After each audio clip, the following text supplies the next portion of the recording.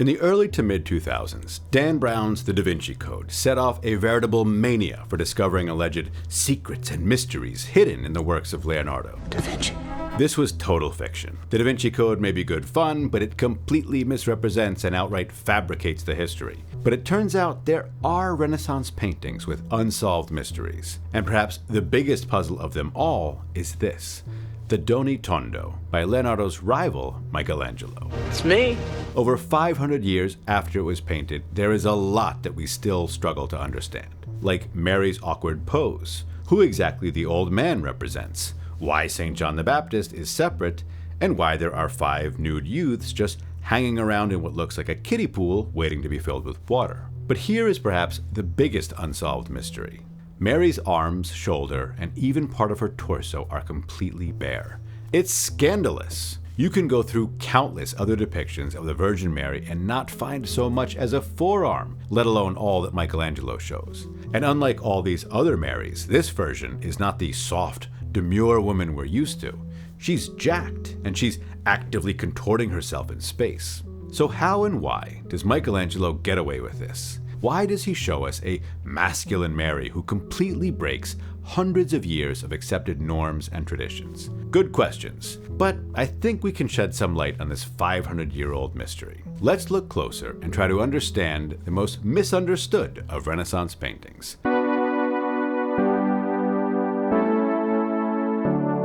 Michelangelo's Holy Family was painted sometime between 1503 and 1507 for the Florentine merchant Agnolo Doni and his wife Maddalena Strozzi.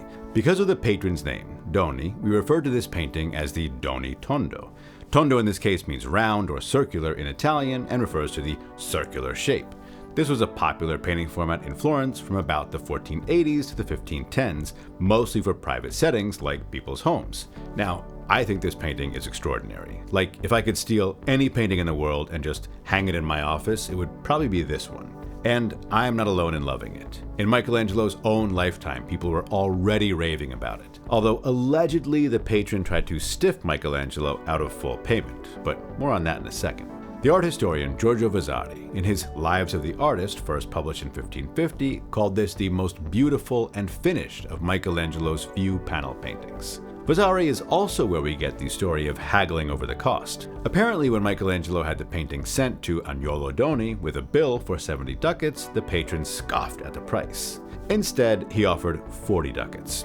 Michelangelo not only refused this, but then requested an additional 100 ducats, or else he'd take the painting back. Agnolo then tried to accept the original price of 70 ducats, but Michelangelo said now it's 140 or nothing, at which point Agnolo had no choice but to pay, meaning he paid double the original asking price.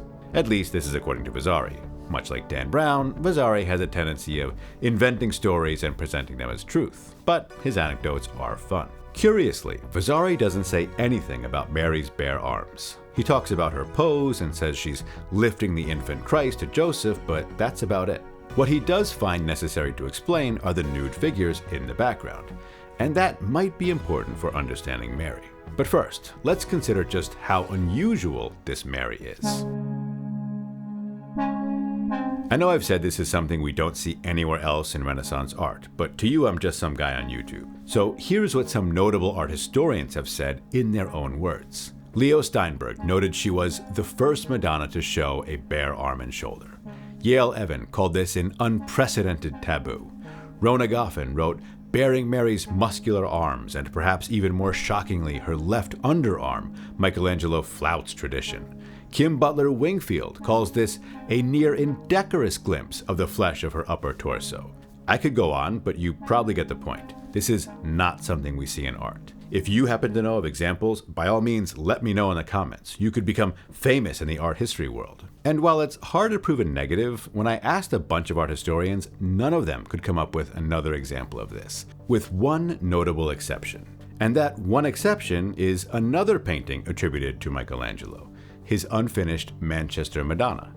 In this case, the Virgin's shoulder is uncovered, along with one of her breasts. Now, this might sound counterintuitive, but the exposed breasts is actually much less of an issue than the Doni Madonna's exposed arm. And that's because there was a tradition of showing Mary nursing her infant son. There are plenty of examples of so-called Madonna lactans images. The uncovered shoulder is another outlier, but we have to save that for another day. Because right now, we need to get back to the Doni Tondo. This is a very different Madonna.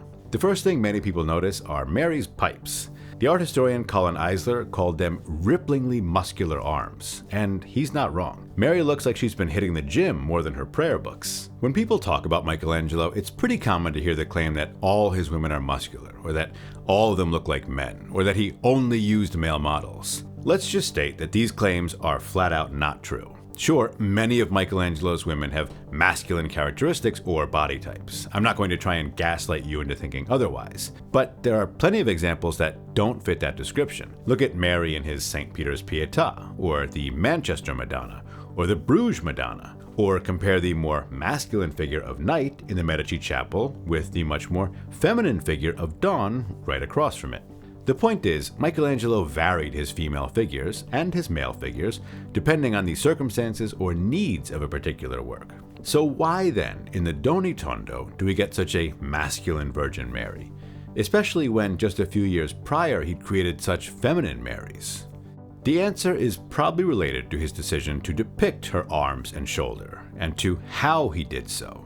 To understand this, we can look at some other examples of women with bare arms in the visual arts. There are some precedents in Tuscan depictions of female figures meant to represent fortitude or fortezza. These examples from Florence and Pisa all seem to show fortitude with rolled up sleeves, like she's getting ready for some kind of physical activity. This is not dissimilar from how Mary's arms are bared in the Doni Tondo.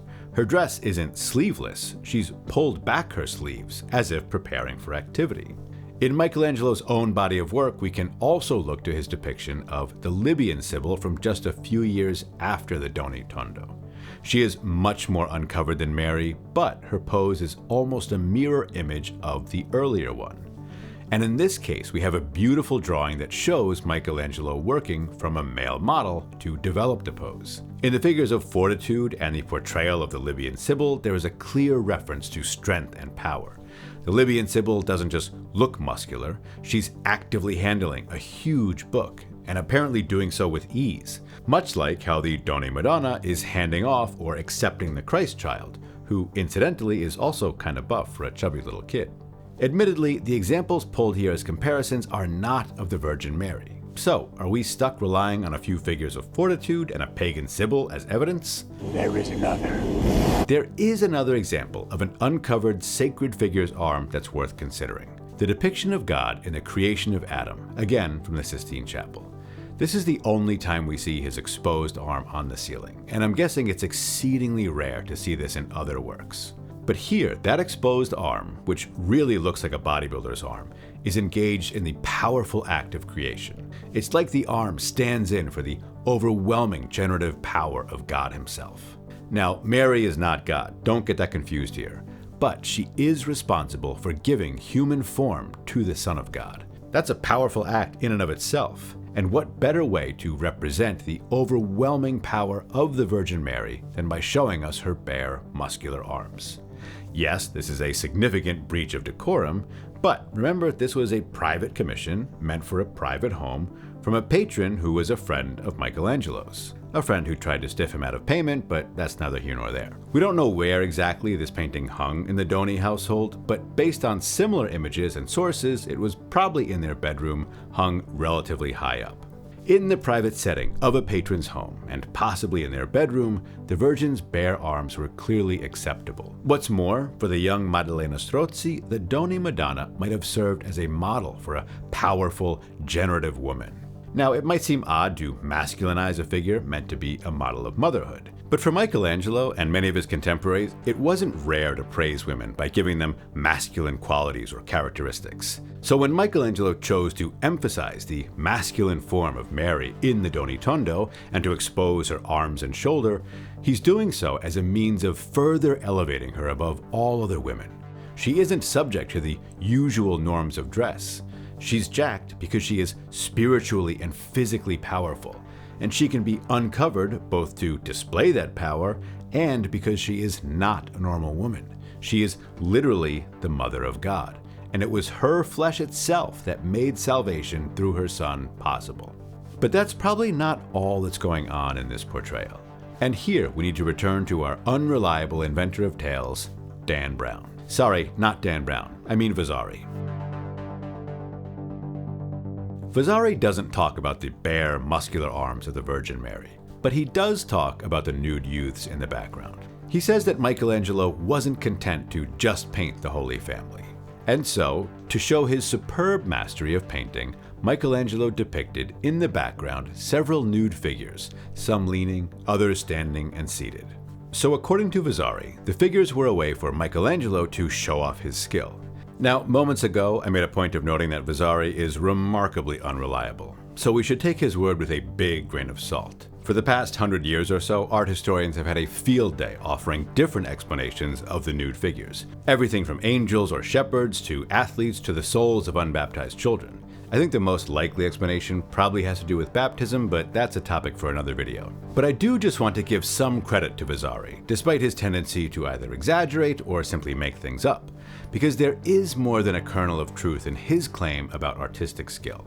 If you look across Michelangelo's works, it is very clear that portraying the human body was a lifelong interest. So whatever else he wanted to do or say with this work, Michelangelo wanted to depict beautiful, powerful human bodies, even or maybe especially if it meant breaking with tradition. And I think that's part of how we should understand the Virgin Mary in the Doni Tondo. She is not nude, but she is the most uncovered we've ever seen in art from the period.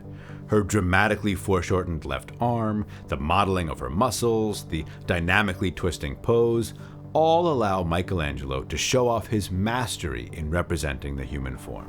50 years after this painting, the Italian theorist Lodovico Dolce, who was actually being critical of Michelangelo, praised him for these very aspects. Michelangelo is stupendous and truly superhuman, but only in such manner as making a nude body muscular and elaborated, with foreshortenings and bold movements, which show off in detail every artistic challenge. In short, Michelangelo loved using bodies, clothed and unclothed, as a means of demonstrating his skill. And in the early 1500s, his rival Leonardo also happened to be working on an image of the Virgin and Child. So you can imagine that proving himself the better, more innovative artist would absolutely have been top of mind. All the more reason for him to break some rules. Thanks for watching. If you enjoyed this video, please give it a like, leave a comment, and subscribe. All that really helps other people find the video, which in turn helps the channel grow. And huge thanks to the many art historians who shared their thoughts on this topic via email on the CAH listserv. They were so crucial to my work on this video. You can also find links to a transcript and all my sources and image credits in the description and comments.